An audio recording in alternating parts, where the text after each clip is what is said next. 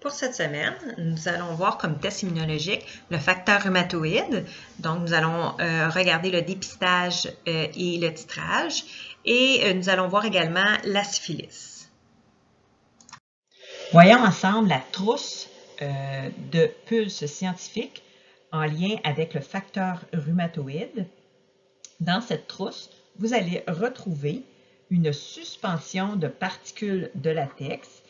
Et ces particules de latex vont être recouvertes de gamma-globuline humaine, donc d'IgG humain.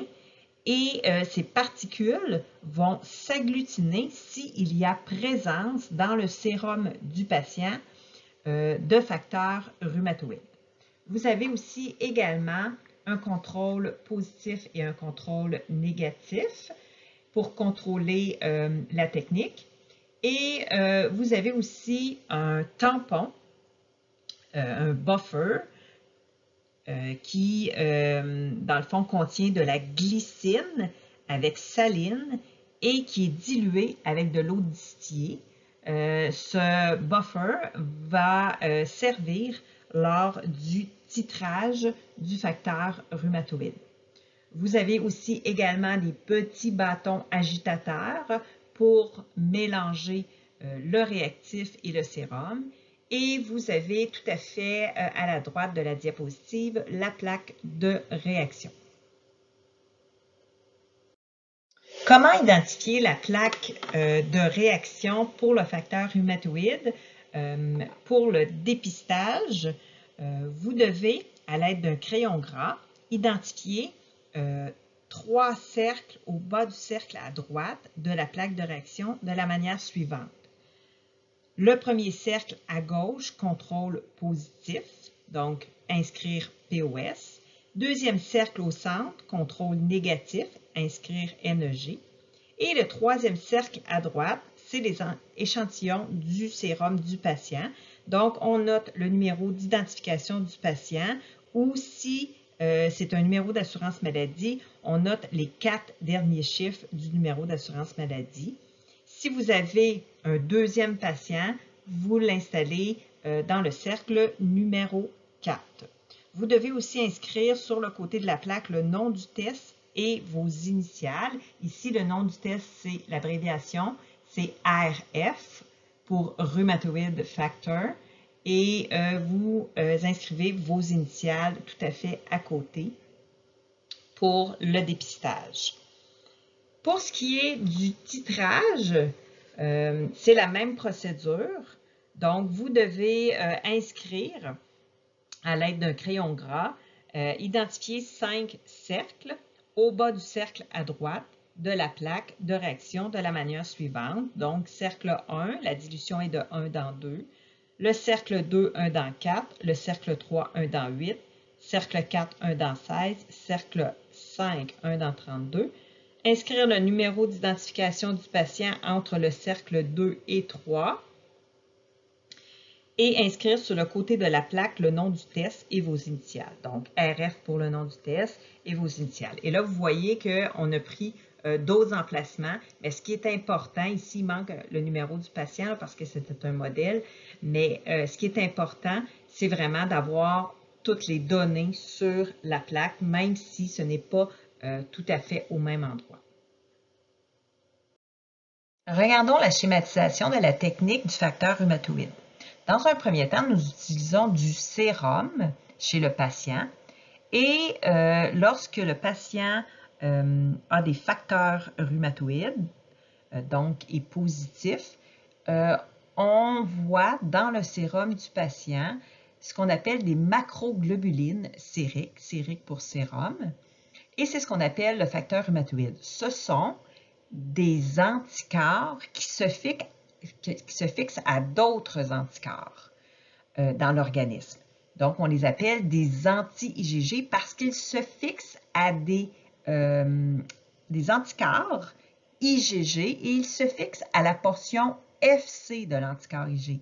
Ils ne se fixent pas dans la portion paratope, qui est comme un antichaîne. De l'autre côté, dans la trousse, nous avons un réactif commercial où il y a des billes de latex Et sur ces billes de latex-là, on a mis des IgG. Donc, dans un cas positif où on a une agglutination, on va avoir les anti-IgG qui vont se fixer à la partie FC. Vous voyez que j'ai vraiment mis mes anticorps dans le bas des anticorps sur billes de latex.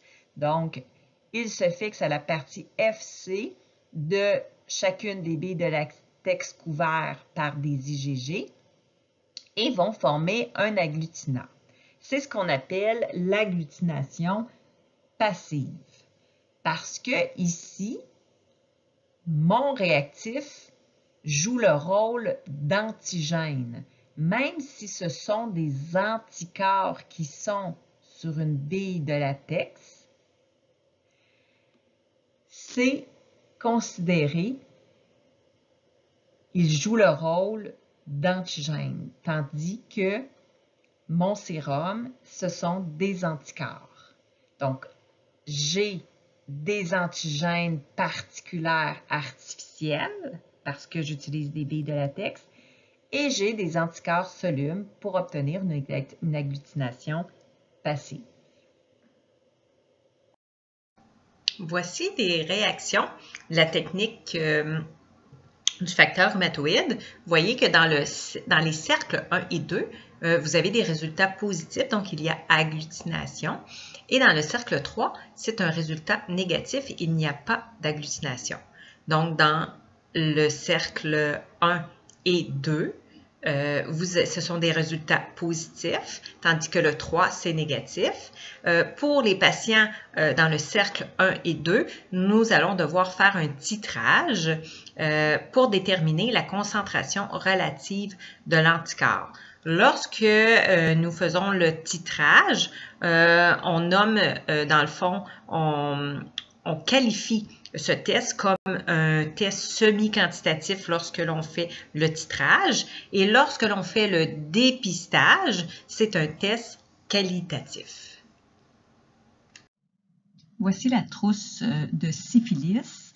Elle comprend une carte de réaction qui n'est pas plastifiée comme la technique de RF, donc c'est une carte de réaction jetable.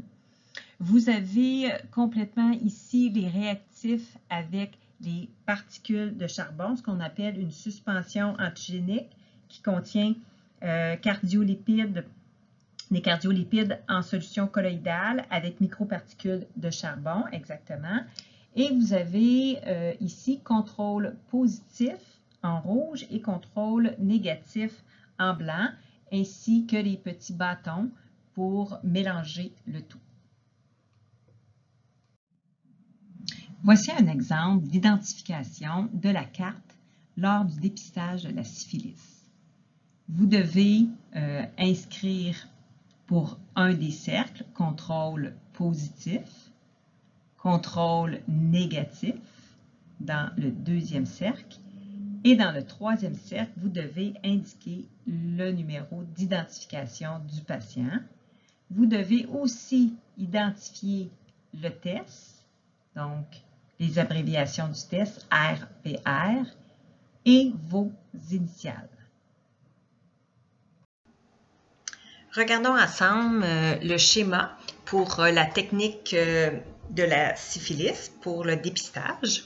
Donc, vous voyez qu'on utilise, dans le fond, on recherche lorsque la personne a une infection à la syphilis. L'infection, vous savez, elle est produite par une bactérie qui se nomme Treponema pallidum. Et elle, ce qu'elle va faire, c'est qu'elle va stimuler une production d'anticorps. Et c'est la production d'anticorps que nous irons chercher dans le sérum du patient. Donc, en premier lieu, nous allons utiliser du sérum du patient comme je viens de vous le nommer. Donc, on va aller faire la recherche de réagine syphilitique et on va le mettre en présence d'une solution antigénique et une solution qu'on nomme solution colloïdale de lipides, plus précisément cardiolipides lysine cholestérase. Et si le patient a la présence de réagènes syphilitiques dans son sérum, il va se fixer aux antigènes colloïdaux et il va former vraiment des complexes humains, excusez. Le complexe humain va être difficile à voir, donc il ne sera pas visible. C'est pourquoi, à l'intérieur de la solution colloïdale, on ajoute des microparticules de charbon. Mais ces microparticules de charbon ne sont pas un support. Ils sont vraiment libres dans la solution.